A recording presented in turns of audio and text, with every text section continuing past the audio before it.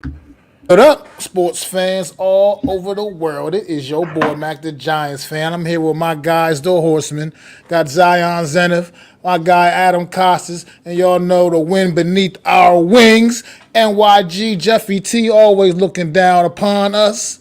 This is the Premium Takes Podcast. Let's go.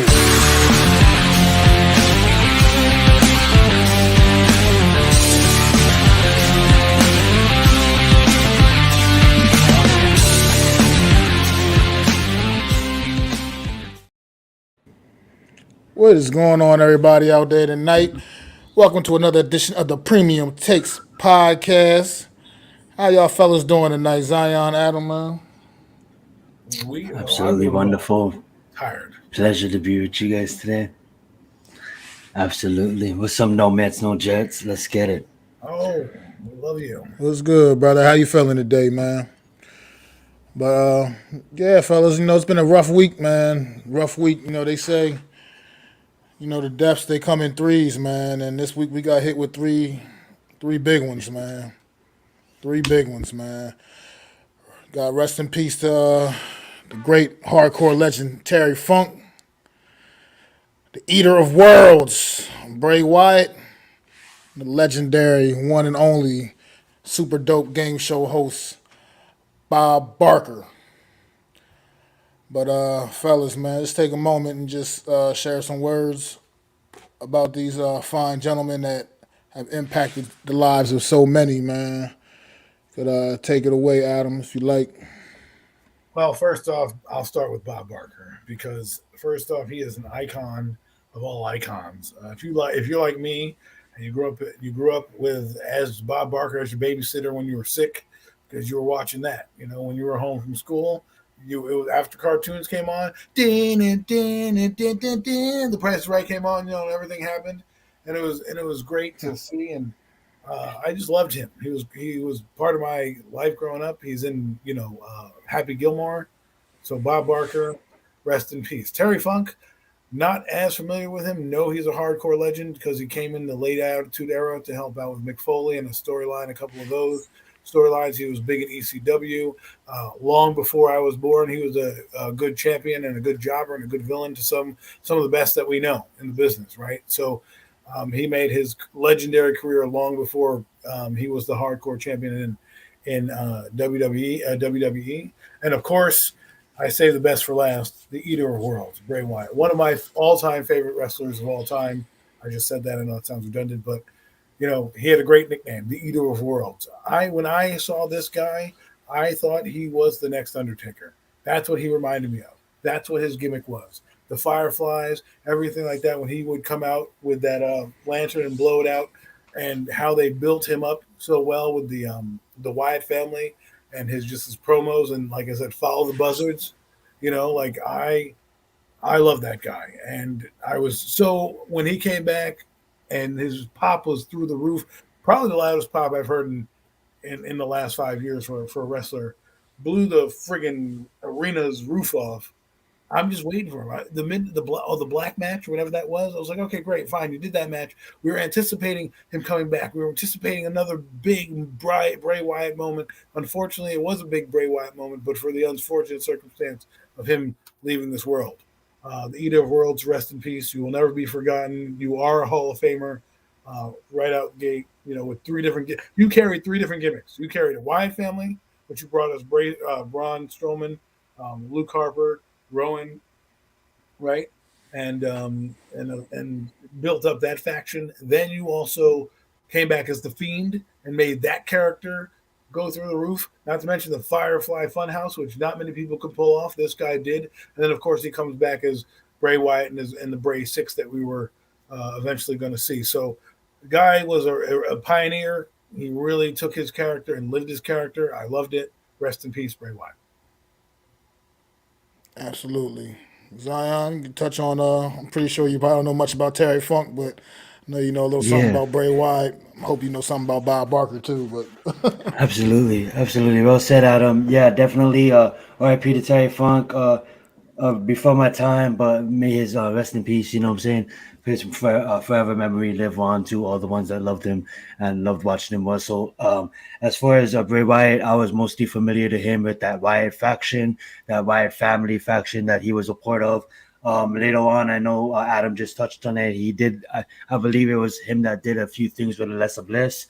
But that being said, man, just watching the WWE growing up after that whole babyface phase with John Cena winning the championships over and over again. He definitely carried that side of the business where like kind of like the Undertaker retired, and that dark side of the business, but still being a fan favorite. You know what I'm saying? If you guys understand what I'm saying with that, you know what I'm saying? And then as far as Bob Parker, absolutely, I love The Price is Right.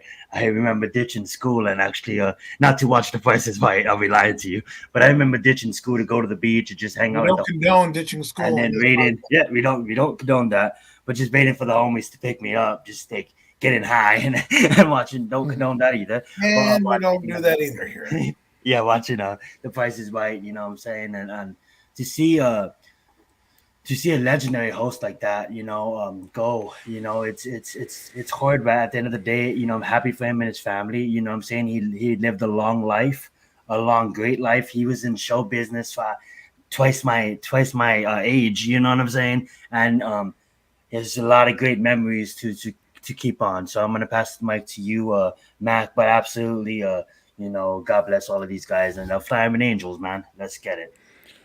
Absolutely, man. And well, look, I'll take it from the top, man. Start with unfortunate news about Terry Funk Wednesday, man. On Wednesday this past week, and you couldn't growing up as a kid in the '80s, being a wrestling fan, man. Terry Funk was an absolute legend, man.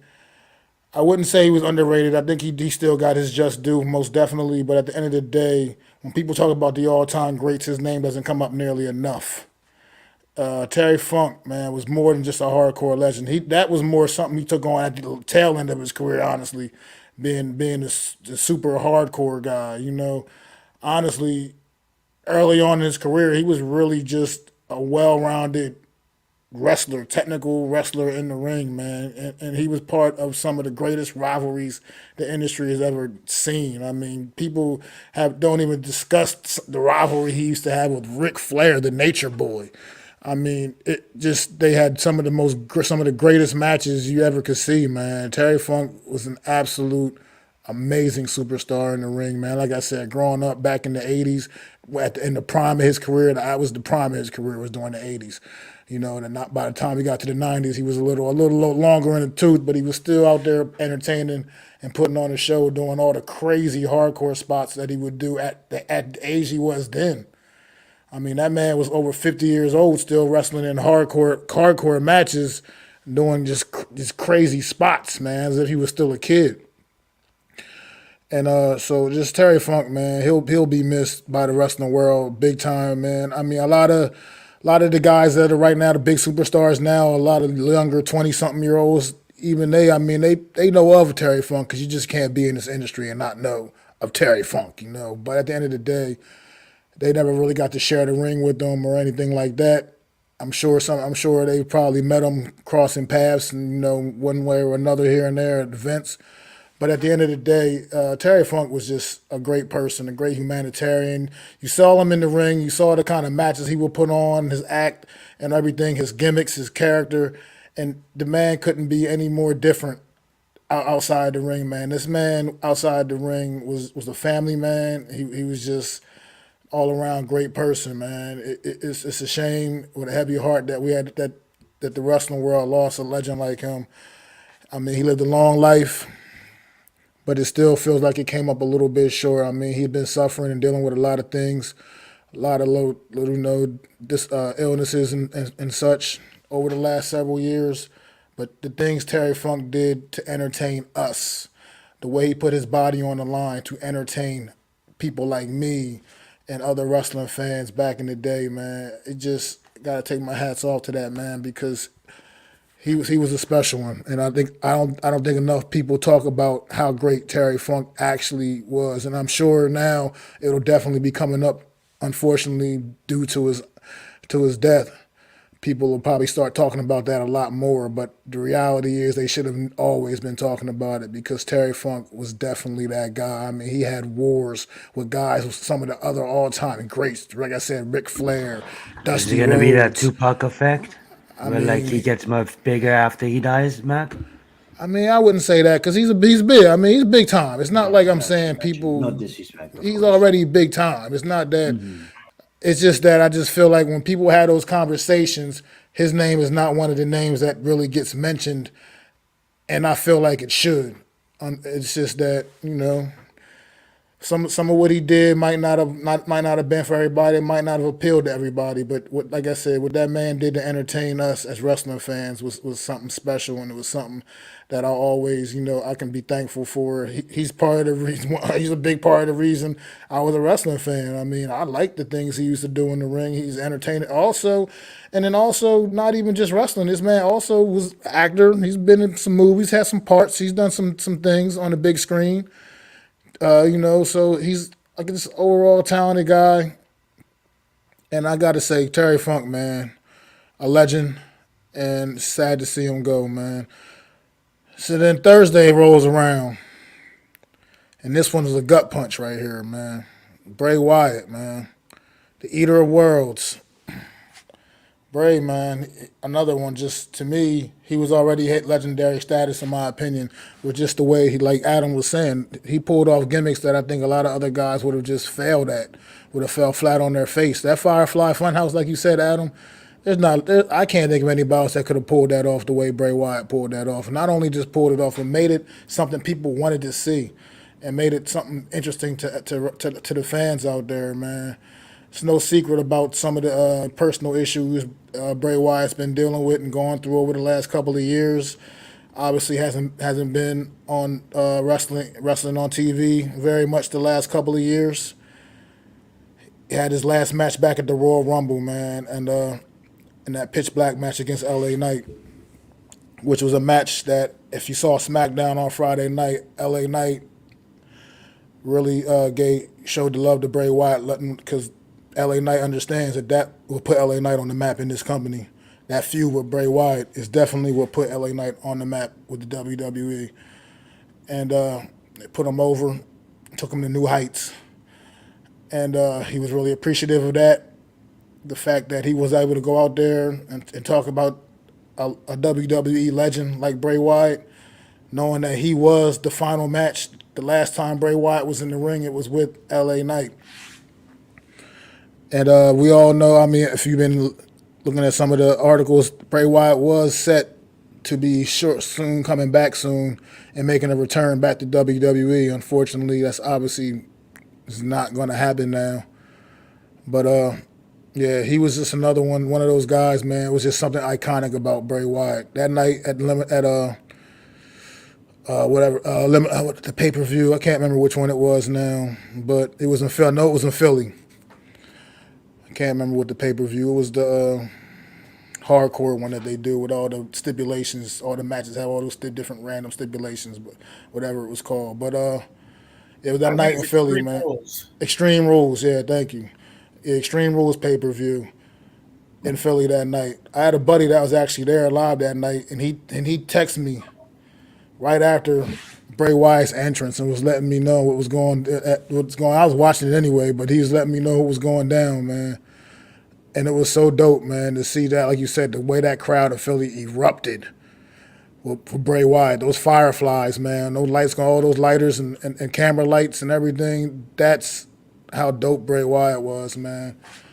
And at that point, it had been a very long time since anybody had seen Bray Wyatt. So it was just like, and WWE did a great job of keeping that a secret and holding, that no one saw that coming, man. It was at the end of the show that night, and the crowd went absolutely nuts for Bray Wyatt. Then Cody Rhodes, and Cody Rhodes showed up at WrestleMania. And Cody Rhodes, that was a superstar, level of superstar that Bray Wyatt was, man. But he's 36 years old. It sucks to see somebody lose their life at that age, so young. I mean, 36 that's young, man. I don't want to talk about it because that's around my age right now. And it's a shame. It's unfortunate because he had so much more life to live. and the things he would do just to put on the show once again, just to entertain us, and just with the respect that he had of his peers, man. Like I don't know if any of you guys, either one of you guys saw SmackDown Friday night, Yeah, but great. the show was beautifully done, and as you saw, I mean, Bray Wyatt was loved by everyone, man. He touched I only everyone in that locker room that he worked with, man, to the point where Eric Rowan, who's not even employed by WWE anymore, was even out there Friday on SmackDown on the stage with all the superstars in the beginning doing the tribute. I mean, doing the 10 bell salute. You never So know. He that might lets be you something know down, man. the impact of Bray Wyatt, man. That even brought him back to a company he doesn't even work with anymore, and to come and pay homage to a guy that he obviously spent a lot of time with and did a lot of work with. So Bray Wyatt is definitely going to be missed, and that's a gut shot to the wrestling world right now because Bray Wyatt was a superstar, and people know that he had so much more to give to this company. And then I'm going to move on to Bob Barker, man, for me. Let me talk some Bob Barker, man. I'm a game show junkie. If anybody doesn't know, that's one of my little hobbies. Is that I'm kind of have a little bit of a game show addiction. Price is Right, man, was one of my shows growing up, man. Like Adam said, man, sometimes I'm just sitting home as a kid, getting babysat by my grandmother or something. And yes, watching The Price is Right, man, every single day on NBC. Price is Right, man, like 11 o'clock a.m. That's what time it came on. God. You know?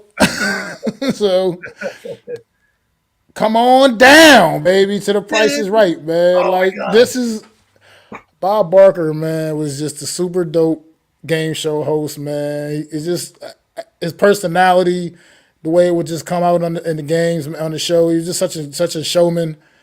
The way he handled himself, man. And then, like you said, even this couple little side acting he would do here and there. The Happy Gilmore scene, iconic Happy Gilmore scene. The price is wrong, Bob. I mean, it's just, what more can you say, man? Bob Barker was a great guy, and that one also, it hurts. I mean, even though he lived a very long and great life, man. Obviously, I believe you said it up here, no mess, no nest, no jets. Bob Barker saw 99 summers, man. A lot of people can't say that, man. So, just Bob Barker, you will be missed, man. This is another one. It's just, I don't understand how this can get this 1 week and just lose three people of this status. Like you said, icons in their sport or in their industry, right? I mean, I could say a lot of people know Bob Barker, right? A lot of people know. Bray Wyatt, if you're into wrestling, you know who he was and what he did. And Terry Funk, if you're a wrestling fan, you've heard the name Terry Funk, right? So we're talking about three big names and three guys who, you said it, were great. That Bray Wyatt piece, oh my God, man. I never knew he was that good of a guy. You know, I heard, he had marital troubles, and that's none of my business or anything like that, but you never know who's going to be who backstage. Randy Orton was a giant douche walking around, right? This guy, everybody loved. So, and then Bob Barker, I mean, my God, Bob Barker. You can't say anything. I just smile when you say Bob Barker because I'm just listening to The Price is right now. I even watched the reruns, okay? I watched the reruns of when he was in the 80s and he actually had black hair. Oh, my God. Yep. Bob Barker, man. He was that dude, man. He really was, man. He was so cool, man. It was just something so cool about Bob Barker, and it was probably because he's up there with all these all the little Price is Right chicks was all bad as hell. He was up there with all these badass chicks like that, man. Bob Barker looked like the coolest dude in the world, bro. Back in the day, got kissed on the cheek by all the women. Oh man. If you I'm telling you right now, go watch Bob Barker in the 1980s and early 90s. Every woman kisses him on the cheek every time. We can't do it now because COVID probably stopped that, but he would kiss everyone. And you're just like, dude, like this guy, you're living the life, bro. Living the life. Yes, indeedy. Yes, indeedy. Yeah, he loved that show too. The funny thing, he was afraid when he first auditioned that he wasn't going to get it, and he loved it so much. He was like, I've got to be the host of this show. Like, I've got to get this. I got to now. Of course, he nails it, and the rest is history, as they say. So, absolutely, like you said, and it was a great game show, and he was a great host. Absolutely, man. Bob Barker was just he's like you said, he's iconic, man. You think of game shows, Bob Barker's one of the first people you're gonna think of, man. It's just what it is. The price is definitely not right in real life these days, Bob, but it's all right. We need you. But Reincarnate as somebody else. Bring him back. just condolences to all of those men's family, friends, fans, supporters, everybody, man. Anybody that just loved Terry Funk, Bray Wyatt, Bob Barker, hearts go out to y'all, man. Anybody that had the pleasure of knowing those gentlemen personally, just hearts go out to y'all because you guys lost great ones. But now we're going to get a floor to Zion here, everybody, man. And you want to talk a little bit of USC Trojans who kicked their season off last night. Take the floor, Zion. Well said, you guys, on those three souls. May them rest in peace. May they rest in peace, man. Beautifully said, Mac, on your takes. I love that. As we transition into college football, just want to cover a few teams, and then I'll probably get into my USC Trojans. Timmy Chang and Hawaii almost actually tied the game up and almost won against Vanderbilt, but they just couldn't affect in their red zone D. Not red zone D. I'm sorry, the red zone offense. They just couldn't score in the red zone, and to be on the SEC network, you know what I'm saying? Like they should have capitalized more. All I'm gonna say is when you have the opportunity to score on an SEC team, you're not even supposed to be in this game, Hawaii, and you guys need to capitalize on that. So too bad on that, but Hawaii did lose their game 28-35 to Vanderbilt. We all seen that coming. Another game that I wanted to highlight too is shout out to the Jacksonville State Gamecocks, man. The first appearance in the FBS and winning their game against UTEP 17-14. I know it's UTEP. They're not really anything big in college football, but at the end of the day, to come in and make your first appearance in the FBS from coming to FCS, you know what I'm saying? Absolutely wonderful job on Jacksonville State. Notre Dame handled Navy in Ireland 42-3. Absolutely beautiful job by the quarterback Sam Hartman.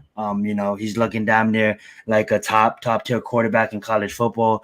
I can't wait to see more of him this upcoming season. He did throw for 251 passing yards, read 4 touchdowns on the day. I get it. It's against Navy. But Notre Dame showed why they're the 13th ranked team. And to cap it off, week 0, my USC Trojans went against the San Jose State Spartans, and I was absolutely disgusted on what I seen. Yeah, I get it. We won the game 56-28, but our offensive line was absolutely terrible. Our defense looked like shit. Like we can't be doing this going forward, SE. We can't be having. I just wanted to take this time to rant real fast. Thank you, Mac, and thank you, Adam, for letting me do this because in the first half, we looked like shit. We couldn't block to save our lives. Caleb Williams was just getting rushed by every single angle. And, last time we seen Caleb Williams on the field was hurt against the Utah game. And I get it. We have other quarterbacks worthy of throwing the football on this team, but let's not put the Heisman Trophy winner on the line. You know what I'm saying? Like he was out here scrambling for his life when he didn't have to be. Obviously, we cleaned it up in the second half. We did walk out with the win, 56-28. But then again, we have a lot of stuff to clean up. So that being said, absolutely wonderful that we did get the win. But we have a tough schedule, man. There's a lot of Pac-12 teams that is going to be hunting for us, like Washington, like Oregon, like Notre Dame. And to come out there and our defense needs to perform better. I do want to give special shout outs to our rookies, man. Coming in, Eric Zentry, Zach coming in, man, looking absolutely fire. You know what I'm saying?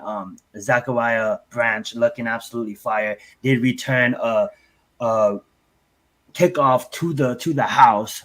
Beautifully done. And even Deuce Robertson getting in some work. The other receiver that we brought up. We got a lot of transfers on defense and, testing a few things out. Caleb did end up finishing with like great stats. You know what I'm saying? I believe he had a 4 touchdowns, 278 yards. So I know I was just complaining about the offensive line in the first half, and we did end up, getting Miller Moss some play time. So Miller Moss did come in and throw the football around at the end of the game. So that's good on him, getting in some play time. Absolutely beautifully done in the second half, but a lot to clean up in the first half and going forward, going against these Pac-12 teams. And if we're ever going to have a shot against the Georgias, the Alabamas of the world, I mean, like, we're going to have to play better football, Ohio State's wise, you know what I'm saying? But that being said, I'm going to pass the mic back to Mac, and that's it. That's the highlights for College Football Week. So, Whoa. First off, we're coming for you. Notre Dame is coming for you. They are the Fighting Irish is my team. They smacked up on Army last night, or Navy, one of those two crappy teams. the Navy, yes. I like the quarterback transferred from Purdue. Sammy boy. He really is going to change it. This is probably the best quarterback prospect they've had in a long time. Play probably since Brady Quinn, but Brady Quinn wasn't. I think he's better than Brady Quinn, to be honest with you. But he's one of the guys I'll keep my eye on come NFL draft time, see how his career develops. But don't sleep on the Notre Dame Fighting Irish. I know USC had a big win, but hey, listen, we still got to play in South Bend, baby. No, what I'll say real quick just about that the USC thing, which real quick what you was talking about, man. It's hard to get hype for a game that you just know you're going to go out there and win, even if you make a bazillion mistakes and don't play. They knew they were winning that football game, no matter what. It would be a monumental, humongous upset if they would have lost that football game last night. It's hard to get fired up for games like that. You kind of tend to go out there and play sloppy against teams like that because you take them for granted because you know you're going to win. It is what it is. So I wouldn't really let that worry me yet until you start playing that bigger competition. You start seeing some of those same things, then that's when it's a problem. More so a problem. I think in games like this, that's just kind of the natural thing. You know you're going to go out there and bust that team's ass. So you're not giving it your. You're not giving it your all. Baby. But for now, I guess you guys, the preseason has wrapped itself up. Except for the game that's going down right now. The one last game that's playing right now, the New Orleans Saints and the Houston Texans. Not even watching it because I just don't give a damn. But preseason is finally coming to an end. Some of the cut downs have already begun.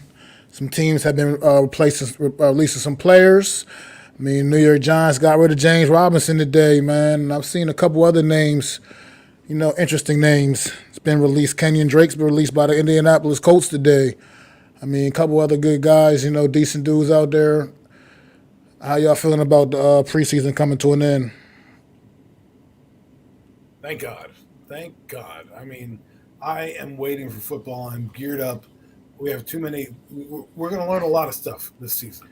There's no more talking. There's no more, this, that, and the other thing. Everyone's 0-0. Guess what? It starts in 2 weeks. You can be happy and ride your high, but some people's seasons will be over before they start.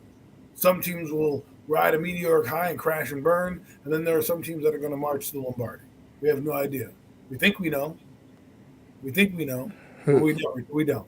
Many teams, as of last year, the New York Giants are one of them, made the playoffs last year. Nobody expected them, and they did it. Who's going to be that team this year? Who's going to fall out of the playoffs? Who's going to get a humble surprise? We get to answer all those questions. All the questions you need to know. Will Aaron Rodgers survive the season? Will Joe Burrow come back and lead the Cincinnati Bengals to the Super Bowl? Okay? How will Deshaun Watson fare in the AFC North? Will the Ravens be the dark horse of Super Bowl? There are so many storylines. It finally gets going. I'm excited. I don't even care about the preseason games anymore because it's a joke, a complete and utter waste of time. I don't even know why the Giants didn't even play their guys. I guess with all the injuries that happened, maybe they saved themselves. But geez, man, sometimes I think a little ramp up is good. We saw one drive, and now everyone's like, yeah, woo. I'm like, all right, man. All right. If you guys, that's how you want to play it. We'll see, because I think a lot of guys needed reps. But there are a few guys in the preseason who stepped up across the league. It's been fun to watch. But thank God it's over. And yes, Mets, no Jets. I do remember there were 4 preseason games. And there was actually the fourth preseason game will be taking place actually this Thursday, the day like after cut down or whatever the hell it would have, and then then you kick off the season. So a lot of guys are going to be cut. They're all remember, people, they're doing the big cut down to 53, and it's an initial 53. What that means is, yes, next Tuesday they have to be down to 53. They have up until I think the next Tuesday to have a final roster. So you're going to see guys move up and down the PUP list, come off the things. Trades are going to happen. For example, a guy may be on the roster now holding a spot for somebody that might be coming in from another team. So just know that if a guy gets cut or he makes a team, it's not until they kick off in week 1 that you'll have your final round. Absolutely well said, Adam. Beautifully done. I'm absolutely excited that it's coming to the end. Absolutely do agree with Adam on the fact of I wish we kind of could have seen Daniel Jones in the offense out against the New York Jets defense. I think we needed more snaps, but who cares? The season's coming up, and I'm excited for it. Adam made a good point on the roster. This is the first time where it's actually just going to be one cut. There's not going to be multitude of cuts. There's just going to be one cut. There might be a teammate of ours that we might like that might not even make the roster, or might make the roster and just might hold a spot for another guy that we're going to bring in. I do want to point out a few things that I did love seeing in the preseason. I'll probably get to that a bit, so probably hold off on that. But I'm just excited that the preseason is coming to the end, and yeah, absolutely wonderful. Go ahead, Matt. Well, preseason is just kind of handled differently now. These last couple of years, especially now they're down to 3 preseason games. It just seems like it's just like almost like a total waste anymore at this point in time. Hardly you go around the league. That was the first time Jets played their starters all preseason. Actually, was last night against the Giants. The Giants only played their starters one damn drive the entire preseason. You got teams like Dallas and the Eagles that didn't play their starters at all in preseason. It's once back in the day when you had the 4 preseason game format, at least you could guarantee yourself one damn thing, that you looked forward for week 3 of the preseason because you was going to get something that was some semblance of a real football game. Because that used to be the dress rehearsal. That used to be you get the starters out there for at least a half into going into the third quarter a little bit. Used to be at least give you somewhat little bit of an excitement about the preseason. You don't get that at all anymore. Now, what you get, it's a crapshoot. You just never know what you're going to get. Washington felt like they saw enough in Sam Howell through the first 2 preseason games that they gave the kid a night off last night. It's just the philosophy now is much different, and I think people are I guess they are scared to take a risk on those injuries, and I get it. Giants, we did have some injuries last night. Unfortunately, none of them were to anybody we were doing any major depending upon, but at the end of the day, injuries are injuries, and it's a tough break. So maybe we did catch a break not having our starters out there, because who knows, could have been one of them. But at the end of the day, man, I'm glad it's over as well too, because it's been very hard to watch. It's damn sure hard to talk about, and I'm glad we're getting much closer to some real football, some real competitive football. We're going to see the guys that we actually love to watch play, get on the field again, and see what happens, man. Right now, New York Giants haven't made too much noise. Like I said, only cut of any somewhat significance is they let James Robinson go, but I feel like they only brought James Robinson in the first place because they weren't sure about the future of Saquon Barkley. So kind of saw the writing on the wall anyway with that, considering they drafted Eric Gray and already had Matt Breida on the roster as well. Couple of guys I want to talk about, random offensive linemen, names that I noticed today on the guys that got cut today. First in Chicago Bears released former first-round draft pick Alex Leatherwood. This man was a first-round draft pick, I believe, in 2020 or 2021 maybe. And he's been released by the Chicago Bears. It didn't work out with the Raiders, the team that did spent the first round pick on him, and now he's been released by the Chicago Bears. And former New York Giant offensive lineman Bobby Hart released by the Detroit Lions. Man, think about those names, fellas. First off, I don't want Bobby Hart anywhere near this organization anymore. I mean, what's done is done. I know a lot of Giant fans like to bring old Giant players back, but he can let the door hit him on the way out. As for Leatherwood, Joe Shane is one of those guys who takes chances on players like this. He did it with Wyatt Davis. He did it with another guy. I forgot what other big name, the dude from Georgia. He played with Andrew Thomas, but he never played in the roster, but he was constantly on the back end of the practice squad. That guy didn't pan out, obviously. I forget what his name is. I really wish I had it in front of me. But then like Alex Leatherwood, like I could see him bringing that guy in because he is better than Matt Pert. And no. Why do you want to bring Pugh back? He's a guard now. Anyway. He doesn't even play tackle. He hasn't played tackle pretty much since he left the Giants. You know what? Let's bring back Kevin Booth. How about that? My God, just bringing all these ex-Giant players back. Look, there's going to be a ton of other guys. I don't know if Leatherwood's a guy. If you know that Leatherwood had a first round, Leatherwood had a first round grade.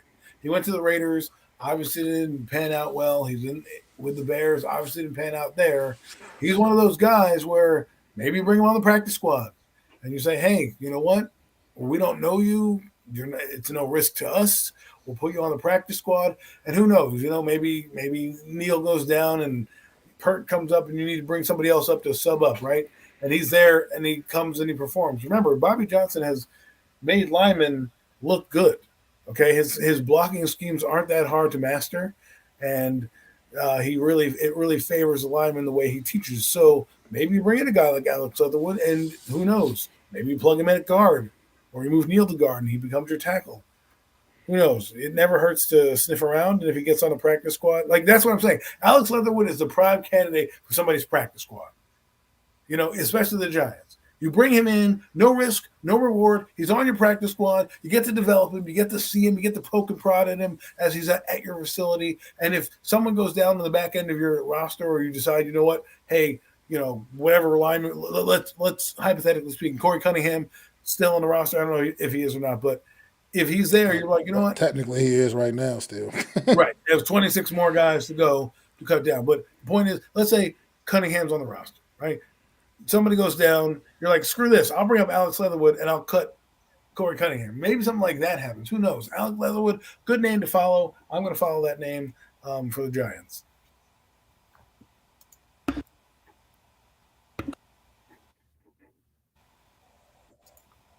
You're muted. I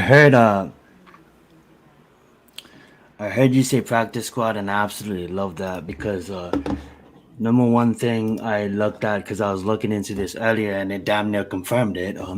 Share my screen, Mac. Please, if you don't mind. I have a problem with this. The problem is he was drafted by the Raiders. Just look back since 2013, the Raiders absolutely suck at drafting. If you really look at it, like half these guys are free agents and half these guys play on the other team. Who's the only player on this list still on the Raiders? This guy right here. Guess what? They didn't even pay him. I don't want to get into that. That's the whole running back situation. But there is a reason why this guy was probably drafted at 17 by the Raiders, and probably why he was let go, and why he's probably going to end up on someone's practice squad. Because obviously, God rest the lady's soul, with Henry Ruggs, but it didn't. Look at the draft history. It's not working out, Raiders. It's just not working out for you guys. I just wanted to take this time to roast the Raiders, but Jesus, man. Hopefully, real quick while you're on the radio, I wanted to real quick while you talk, because you just brought up something and I didn't even think about it. I wouldn't mind having a little discussion about this. Josh Jacobs yesterday, as you always know, signed a 1-year deal up to $12 million, something similar to what Saquon Barkley did. It's a 1-year deal, and they'll be back in the same situation next offseason potentially. You think this is going to be the new look for running backs going forward? Do you see these guys pretty much almost getting after their first rookie contract? Now they're just going to start getting rented year to year. Do you see a trend like that potentially forming around the league? I think they're being hired. I think they're being hired guns. Adam. Oh, fast Adam. I'm sorry. Yeah, hired guns. I want you to elaborate on that. But I heard a TV host say this perfectly, and I do agree with him. He said, yes, until there's enough running backs. The fact that the Lions went up and they took Jamar Gibbs just shows them that they believe in this guy. They want a cheap running back for the next 5 years. Atlanta took Bijan. We're not going to talk on Bijan. Bijan is going to be probably offensive rookie of the year. Let's just say that. Okay. That being said, I do believe until there's enough, if you really look about why the franchise tag is so high for cornerbacks and for wide receivers is because there's so much good wide receivers. You can pretty count 15 good cornerbacks in the league, but you can only really count 5 or 6 really elite running backs. Until there's about 15 to 20 elite running backs, then I believe then all of this will be solved. And that's a good point that I want to get at you guys as well, but I love to hear Adam's point on the question as well. Well, the thought process behind it is hired guns. If you look at what happened to Christian McCaffrey, he was traded, and he got traded to make that team a Super Bowl team from a team that was having a fire sale, right? Now, the problem that you're going to have and you run into is like you said, there are going to be a plethora of running backs. However, the problem with the running back has nothing to do with the value of the running back. It's how the NFL and the media portray the running back.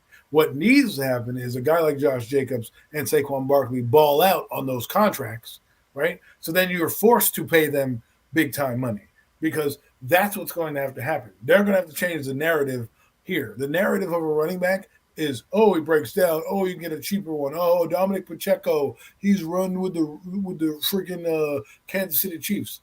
What you need to see right now, and I think the Lions proved it to you, you draft your guy, you get rid. I mean, the Eagles gave a 4th-round pick for DeAndre Swift, right? He's going to be a good running back. Now he's cheap and he's under their thing, but guess what? If that guy goes and has a great year, and the Eagles are like, you know what, we don't want to pay you. He's going to be a hired gun for some team that needs a running back that needs an extra weapon. They're going to become hired guns. And look, Josh Jacobs already got $12 million. Next year when the franchise tag goes up, right, that'll be like $14 million. And you're going to constantly do it. But the problem you're going to run into is how much money you're going to allot to these guys, right? They're hired guns right now for their team. Who's going to pay them the same amount on another team? So we'll see what happens, man. I think the running backs got to dictate this market. They've got to play well. They've all got to come together at the end of the year and figure out what they're going to do. Don't say you need a new pot, but what's the difference? Zion, you brought up a good point about the receivers. I'll tell you something else. Receivers should be the one that are devalued. Why? Because I can get a guy in the second. Look at Jalen Hyatt. People are loving that guy. He's a 3rd-round pick. He is cheap. He is absolutely cheap. You know what they do with receivers? They just recycle them. The running back position has become worse because the high-priced guys usually get injured. So now you're stuck with a guy who's injured, who's getting 400 carries a year and really breaking down. Meanwhile, these receivers who they're finding in every round are getting paid because quarterback to receiver, it's a sexier position. The running back is the focal point position. You want to win a Super Bowl? Get a good running back. Name me a duo that didn't have a capable back on their team when they won a Super Bowl. Not really any team. That's a good point. That's valid. That is valid. But last night also in the Giants game in particular, we Giants traded for Isaiah Simmons. Pretty much just was given to us for a 7th-round draft pick.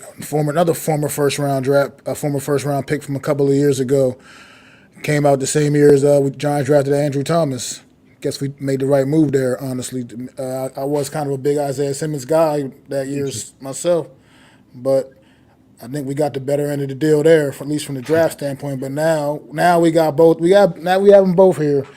2 guys that I did like coming out of that draft. They're both New York Giants now. Isaiah Simmons just came here earlier this week, and he did get he got a little burn last night. Came out there. I mean, obviously didn't really do much. Didn't play a whole lot, but he got a little burn. How do you guys feel about the acquisition of Isaiah Simmons? This acquisition is exactly what Wink Martindale's looking for. We all sat here and watched Micah Parsons go to the Cowboys. Well, this guy has similar skill set to what Parsons can do. And he'll be utilized in a linebacker role, which is what the Giants need. They need a blitzing linebacker. They need a guy that's going to disrupt. Well, if you've watched their team, they've blitzed a lot of DBs, safeties, corners. This guy does it all. He can blitz from the outside. If you saw what he did against the Jets last night, which I thought was pretty fun, was they lined him up on the farther side of the end and basically brought like 9 guys. The Jets blocked it up pretty nicely, but he had enough athleticism to get his hand on Aaron Rodgers. Now you're going to see more of that. Does this mean he's going to blow up and be a 12-sack guy or anything like that? No, we got him for a 7th-round pick, a guy that was underachieving apparently in the Cardinals. Maybe a change of scenery will help him out. I know Wink Martindale loves to attack downhill. This guy can do that. He can also drop back into coverage, which is not the forte of many of our linebackers. It also allows a guy like Okereke to focus on the ball carrier. Say, listen, man, I'll do all the dirty work, getting blitzes, getting home. You make sure everything's lined up on the back end. To have weapons on defense for the first time in a long time makes it explosive. Guess what, Cowboys? You can't run Tony Pollard out against Micah McFadden because you're going to have Isaiah Simmons out there running stride for stride with him. So I think it's a versatile weapon. I think it's a low-risk, high-reward kind of move that Joe Shane loves to do. And if it pays off, we'll be singing his praises. Now, the question becomes, will they sign him next year to a bigger-term deal? If he balls out the way we think, maybe he'll get a bump in pay and you can utilize him, but he's an absolute weapon from Wink Martindale. Very well said, Adam. Yeah, I'm gonna have to agree. I mean, like I was laughing because we gave up a 7th-round pick for him. That's absolutely still. If you talk about this guy Sillin, I mean, like I'm a big Simmons fan coming out of the draft. Arizona, I believe, didn't know how to use him. I believe Wink Martindale's system is right fit for him, or actually learn how to use him. And you know what? The best thing about it is he doesn't need to be on the field every snap, and that just adds rotation. That adds it's a positionless defense. So like I'm truly excited about this pick, and yeah, he's probably not going to have 12 sacks, but I could easily see disruption. I could easily see them not running on the edges, like Adam said. I could easily see him getting, if any, at least 6 to 8. But screw the sacks. It's not even about the sacks. Isaiah Simmons on this defense at his best, what I'm thinking, it will literally get us 2 to 3 wins this year alone. And you got to understand when you get someone in the 7th round, you got to develop them. Obviously, they're meant to be picked in the 7th. Guess what, guys? This guy doesn't need to learn how to develop. He needs to learn the playbook. And for him to even be in the game after just being traded and getting a sack, or almost getting a sack, obviously he looked kind of bad. But then again, he's just trying to learn the playbook at the same time, learn a different language. To learn a new offense is like it's not an offense, learn a new system, a little bit easier on defense. And I know he's not a quarterback, but at the end of the day, it's a different language. But I think it's a lot more easier for him to learn because of the fact that he just has less responsibilities in this defense, but his opportunities. Once he learns this defense, is going to be much more easier to play, where he doesn't have to think, and the reward, what he's going to get, is going to be much more higher, because now we have a veteran to line up right next to Bobby, and not even next to Bobby, to move him to safety if he needs to be out there. But most likely he'll be playing linebacker. I'm super excited about this move, and I had to slow it down. And the reason why at his ceiling and at the best gives us 2 to 3 extra wins is because in the 4th quarter and when they're trying to move the ball on us, guess what? Like this defense with another veteran linebacker on it, not alone Bobby, but with another veteran, we got Tibbs and we got Aziz at the edges. Oh man, I'm excited. I'm excited, man. Well, look, we got him for a 7th-round draft pick. So at the end of the day, like you said, low risk, whatever, how expression goes. Low risk, high reward. What I'm trying to say. Thank you. Yeah, low risk, high reward. You can't do less than Kenny Dolladay. We paid that guy $19 million. But at the end of the day, man, that was great. There's no pressure on him here in New York. The pressure is off. No, now he can just come play football. Come do what he knows how to do. What we all saw him do that last year in Clemson. He's not the number 8 overall pick for us, and he's a guy we got for a 7th-round pick. That's all it is. That's all the value he was to us. That's all we had to give up to get this man, a seventh round pick. So he can just come in, play loose, do the things they're asking of him. And I think Wink is a smart guy. He knows how to use a guy like this. You know how to utilize his talents. Like I said, we saw this man at Clemson. He was all over the damn field. He was an absolute game wrecker.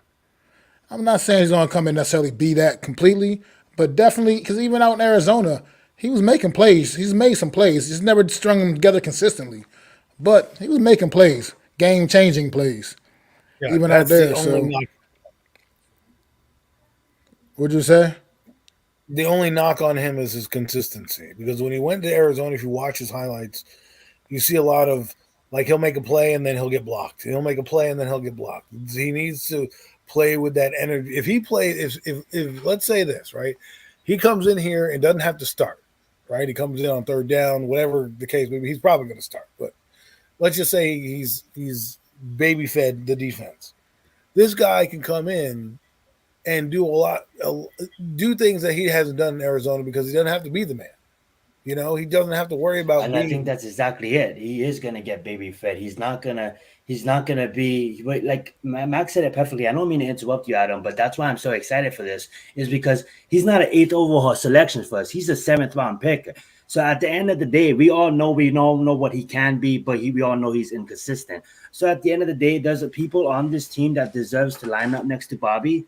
And deserves to make a roster spot, right? So they're probably going to line up next to Bobby. And guess what? We're going to have sub packages where we're going to march Simmons on the field. And maybe later on in the season, maybe in week 10 or week 11, 12, 13, later on in that push, then he can acclaim his starting position. But then again, we're going to start him off slow. We no need to rush. I mean, like there's the reason why Arizona got rid of him too. As much as we're excited, why did they settle on the 7th round? I mean, like there's 30 other teams out there. They could easily call for a 5th. So they have to see something as well. You know what I'm saying? But I'll let you finish. Yeah, like I mean, I'm going to say on that point, they don't have to worry about anything because they gave up a 7th round pick. If he fails, okay, cut him, no skin off your back, right? If he does something great, you're like, oh my God, look at what we got in house. We can sign him to a longer term deal. He's just a guy that infinitely makes your defense better all around if he plays up to his level. We'll see. I mean, to me, I was a little worried about the defense. If he comes in, I think the Giants have a better chance of beating the Cowboys with Simmons on the field than anybody else. Only because Simmons, while he is not Micah Parsons, and that's not what I was alluding to, what I'm saying is his skill set is similar. And what people need to understand is when someone says someone is similar, it doesn't mean that they're same, right? Similar means you have certain traits and certain attributes that may mesh well. Well, this guy ran a 4.39 at the combine. He has speed. He's played safety. He's played dime backer. And the Giants run a 3.35. And so he's going to be one of the 3 linebackers that's on the field. Now he also can play DB. You can have 2 linebackers on the field because guess what? Okereke and him can cover. It allows you to have a bigger body on the field and make that run game that we so covet, right? We still don't know if the run defense is going to be any good. He helps that out. See ball, get ball. That's what I tell Isaiah Simmons. See ball, get ball. Water boy. I mean, he's not going to be getting 20 sacks a game, but, you know. But still, I mean, I think he just can play all over the field. And that, to me, that's invaluable, man. This dude can he can line up on the line, rush the passer. He can play off the ball. I mean, he can do what you need, man. He can do a lot of different things. He has an interesting skill set, and I think Wink is just the perfect coach for him to get the best out of Isaiah Simmons. And I think we just got this kid for an absolute steal, 7th round pick, man. And we've seen the potential. Like I said, he's made plays even out in Arizona. It's just that people forget and don't think about him because they haven't seen nearly enough of him in this Arizona. He hadn't had a weight of the world on his shoulders here in New York. He's not coming here to be the guy. He's not coming here to be the savior. He's just here to be another guy on the field playing some ball. And I think Isaiah Simmons is going to be a great addition to this defense. Good pickup, Joe Shane. Keep doing this thing, man. He's looking like just an evil genius out there, man. And I think he's putting together something really, really special here in New York. And they still not talking about it. They're talking about the other team, so let them keep talking about that other team. while we just keep winning football games, hopefully. But guys, anything else on the preseason? Just good highs, lows. It was I mean, Bijan Robinson, real quick. Bijan Robinson is going to be a problem, by the way. If anybody doesn't know, that man's going to be a problem. I would not be stunned if Bijan Robinson led the league in rushing as a rookie this year. That man is serious business right there. serious business. I just think it's interesting to showcase some of the rookies and see how everybody across the league is optimistic. Right? I feel like every preseason game I watch, the broadcasters are just optimistic about every team. Like, oh, we're going to do this, and oh, we're going to do that, and no one. I wouldn't say negative is the right word, but it feels like everybody feels like they can win. And it's fun to watch some of these teams and watch like a team like Pittsburgh, who everyone's counting out in that division. All of a sudden, Kenny Pickett lights it up, to George Pickens. George Pickens, I don't know if you guys know, but I kind of said I wanted that guy, and that guy's going to be a freaking beast. Good to see him out there. It was just fun to watch the preseason. I'm glad, like I said, I'm glad it's over. I really am. It seemed like it took forever this year to get done with, and now that we're done, watch the season fly by like it always does. We're going to be at game one next thing you know. Next thing you know, we're at Thanksgiving, we're eating turkey, and then next thing you know, we're fighting for a playoff spot. And this year should be an interesting one. It really should be. Yeah, I'm just so glad it's ending because I'm tired of these 4.5 hour games. Like, it's crazy with these flags. Like, these halves are like a whole half is like 3 hours. It feels like, you know what I'm saying. That being said, I'm so happy. I'm so happy it ended. And not to get on it, but I do want to bring up his stats. I know we all probably looked it up, but for the Premium Takes fam that didn't, if you guys told me, for a 7th-round pick, we'll get a player that had played 3 years in the National Football League with 258 tackles, 7.5 sacks, 7 forced fumbles, 4 interceptions, 16 pass deflections, and 1 touchdown for a 7th-round pick with a defense that didn't really match his system. Imagine what he can do with a system that matches his system. So that being said, let's get it for Isaiah Simmons. Absolutely, man. Absolutely. But preseason has been uninspiring. Like I said, you just didn't get to really see much from a football standpoint. Like I said, a lot of teams keeping their cards close to the vest. That's what they do these days. That's how they do it, protecting their players, I suppose, their top guys. Yeah, but that's why the football's so sloppy for 4.5 weeks. Because it's not just they don't have their feet wet yet. Right. You're just watching the preseason take over, and you have to hope to stay afloat in the first 4 weeks and be 500, where then your team can start to click. That's what it comes down to. That should be the USFL and the XFL's like standard. Like, we gotta at least beat the preseason. If we can beat the preseason, we have a point. We have a shot. Well, that's something you should bring up. Like, all these guys that we're seeing cutting now have an opportunity to come back in the league at some point, maybe when they go to the USFL and the XFL. Mm-hmm. And they didn't have these leagues. I mean, arena football is not as big as this, but they didn't have these leagues where these guys could go, right? And now have a place to go. Now, I don't know if the USFL is going to last or if the XFL is going to last, but it's just interesting to see that we're going to see a lot of these players that we're hearing now probably migrate to those leagues. Absolutely.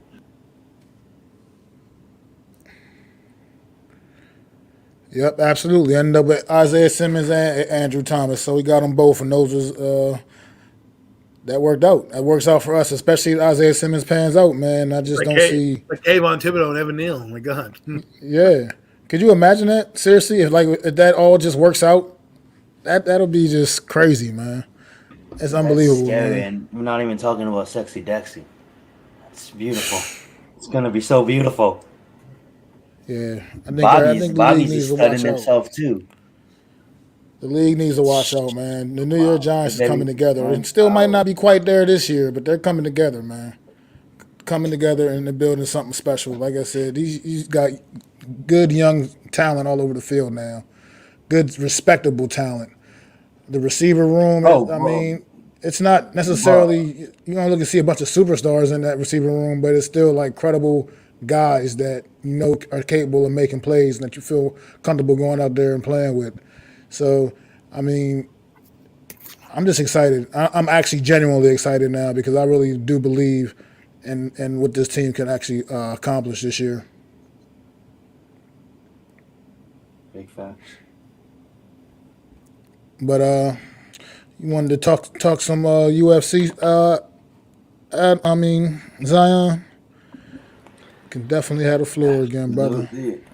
I just want to wrap it up with wrap it up of the UFC weekend we had this last weekend. It wasn't a major event, but it was Holloway fighting, so I had to cover it. Just gonna probably talk about Holloway's fight. He had a knockout against Korean Zombie in round 3.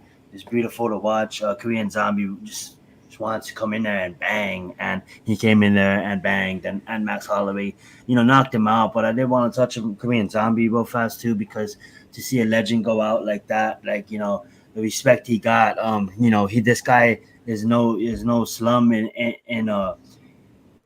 MMA. And for y'all don't know, he did retire, and that's what I'm talking about. So Korean Zombie did retire last night, and this guy, when I mean no slump in any way, and in MMA, this guy is a fighter's fighter. I mean, like, this guy choked out Destin Poirier with a Deutsch choke coming up. You know what I'm saying? What I mean by that is, like, this guy's been fighting the best of the best. It's not no, you're gonna work through this amateur list of fighters. No, dude. 7 fights in, 9 fights in, this guy was fighting the who's who of the sport. Leonard Garcia, George Rope, Mark Hamburg, Destin Poirier, Jose Aldo, Dennis Bermudez, Yoel Rodriguez. The list goes on. Frankie Edgar, Brian Ortega, Dan Ige, Alexander Volkanovski, and then to end his career against Max Holloway. This guy passed one generation onto the next generation, onto the next generation of fighters. And I think, at 36 years old, it's a perfect time for him to retire. Long live the Zombie. Love this song. The song was perfect for the moment. Love how the UFC clipped together a highlight video for him. But, absolutely, Chin Sung Jung, the Korean Zombie, retires at 36. And, that's awesome. I was going to see rest in peace, but he didn't die. He just retired. That being said, Max Holloway, man, I want to see what's next for him. We got Ilya Topuria versus Alex Volkanovski for the championship. I don't think Ilya is ready for it, although I believe Ilya does have a chance. I'll probably do that breakdown a little bit later. I want to see what Max does. If there's a lot of moves for Max. Does he keep on fighting at featherweight, or does he go and move up to light heavyweight? There's a lot of opportunities for him at light heavyweight. Maybe he calls out the winner of Oliveira versus Islam. He's capable, can do that right now. He's the last person outside of Islam to defeat Oliveira. So Oliveira in the last 15 fights has lost against Islam and Max, but he didn't really lose against Max because he kind of pulled his shoulder in that fight. So that would be I would love to see a storyline where Oliveira wins the title from Islam and then fights Max. But obviously, if Islam loses the title, he's probably going to have back-to-back with Oliveira. That's going to be a trilogy. But Islam's probably win against Oliveira because he's just a beast. And that's a prime opportunity for Max to call out Islam, even though that's a scary fight for Max because Islam is just a monster on the ground. And Max is a boxer, basically, a striker. It's going to be interesting how this all plays out. But that being said, I just wanted to highlight that real fast. So, what a beautiful career for the Korean Zombie. And, man, 36 years old, hanging the gloves up. I don't know if Mac wants to say a few things about the Korean Zombie on his retirement. But, yeah, Max Holloway with that dub. Let's get it. Back to you, Mac. I mean, you said it all. Korean Zombie was definitely the man. Great career. Look forward to seeing what he's going to do with his future, man. But since we missed last week's show, just wanted to give a shout out to my guy, Sugar Sean O'Malley. Yes. Just taking down Aljamain Sterling the way he did. And if you would have saw this, the back and forth between these guys, I mean, Aljamain all but called Sugar Sean a fraud. Basically saying he didn't even deserve to share the octagon with him. Basically saying you don't belong here. Saying that you don't work hard. You just been given everything he's gotten. And Sugar Sean went out there and busted that ass with a round 2 finish. So just wanted to shout out Sugar Sean O'Malley, man. Great win last week in the main event at UFC 292, man. As for me, real quick, also just want to shout out AEW Wrestling today. They had an event in Wembley Stadium in London. All in. AEW All In, man. And All they did was go out there and broke the record, the attendance record for a professional wrestling event ever. 81,000 plus filled up Wembley Stadium for the AEW All-In pay-per-view earlier today, man. It was a great event. It was a great wrestling show, man. I recommend if you're wrestling fans, if you didn't catch it, definitely make sure y'all go back, check out the replay. It was definitely awesome, top to bottom. You know, Saraya, formerly known as Paige in the WWE, won their women's title at her home country in London, England. So definitely was a good event, man. And props to AEW coming a long way, competing with that juggernaut known as the WWE, and they're definitely holding their own. And now they've done something that WWE has never done, and they put 81,000 plus in a venue to watch their superstars put on a show, and the show they put on. Trust me, believe that indeed. But you guys got any more thoughts, man, before we wrap this one up a little early this week, I guess? I'm gonna pass it to Adam after this. I just wanted to say thank you guys all for joining us. Football season is 2 weeks, a week and a half away. Super excited for that. We are gonna be changing the date, so stay posted to everybody's community feeds, everybody's Twitter. We'll let you guys know on exactly what time we're doing it. So just stay posted. Subscribe to everybody's channel. If you guys didn't, Mac the Giants fan, Adam Costas, Zion Zenith. And stay up to date on our Twitter. Let's get it. Back to you, Adam. I just want to say this has been great, the preseason, to kind of navigate this ship and watch these teams build. And now it's time to put it all to the test and see who's really the contenders and who are the pretenders, right? It's good on paper to get a roster. I know that's great, but will that roster perform? Will injuries happen? Will guys stay healthy? Well, they won't stay healthy. The football is a violent game, people. One injury could derail a whole season, could end a whole year. It could do that in one swoop. So take it all in. Enjoy it. Enjoy the pageantry that is the NFL season. And when we come back, we'll be previewing those NFL games for you guys. It will be fantastic as we show you when we come in Friday, I think it might be our first show, we'll be able to analyze the first game for you guys. Get you set for that Kansas City Detroit game. Will we find out if the Detroit Lions are for real, or will the Kansas City Chiefs choke from being back-to-back champion? Who knows? But all I know is I'm going to be ready and waiting and watching. Absolutely, and thank you all, man. And as you heard Adam and Zion say, this is our final show on Sunday for right now, for this, at least during the duration of the football season. This will be our final Sunday show. We will be moving on to Friday night starting this Friday, September 1st. You join me, myself, Zion Zenith, Adam Costas. We'll be getting y'all ready for week 1 of the NFL season. We're going to do some other cool stuff, make some predictions, all the fun stuff we like to do as football fans. And we're going to just have a ball, man. The time, we'll let y'all know throughout the course of the week. You get the time exactly figured out, but it will definitely be Friday night. Starting this Friday, September the 1st.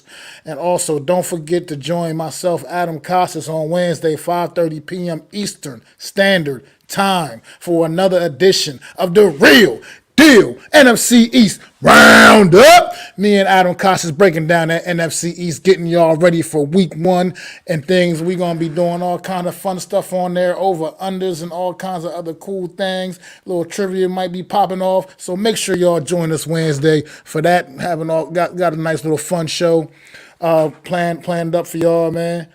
So tune in. No Mets, no Nets, no Jets, man. We appreciate you holding down the chat as usual, man. As always, my brother, always in there. Appreciate the support, man. And make sure, like Zion said, y'all go sub up to each and every one of us. Myself, Mac the Giants fan, Zion Zenith, Adam Costas, man. Also sub up to the Hardcore Sports Network. Keep supporting that crew too, man. Shout out to the Big Blue crew. This has been another edition of the Premium Takes Podcast. I'm Mac the Giants fan. That's Adam Costas. That's Zion Zenith. Y'all know Jeff is looking over us right now too, man. It's the Premium Takes Podcast. Throw them 4s up for our guy Jeff, man. Pass!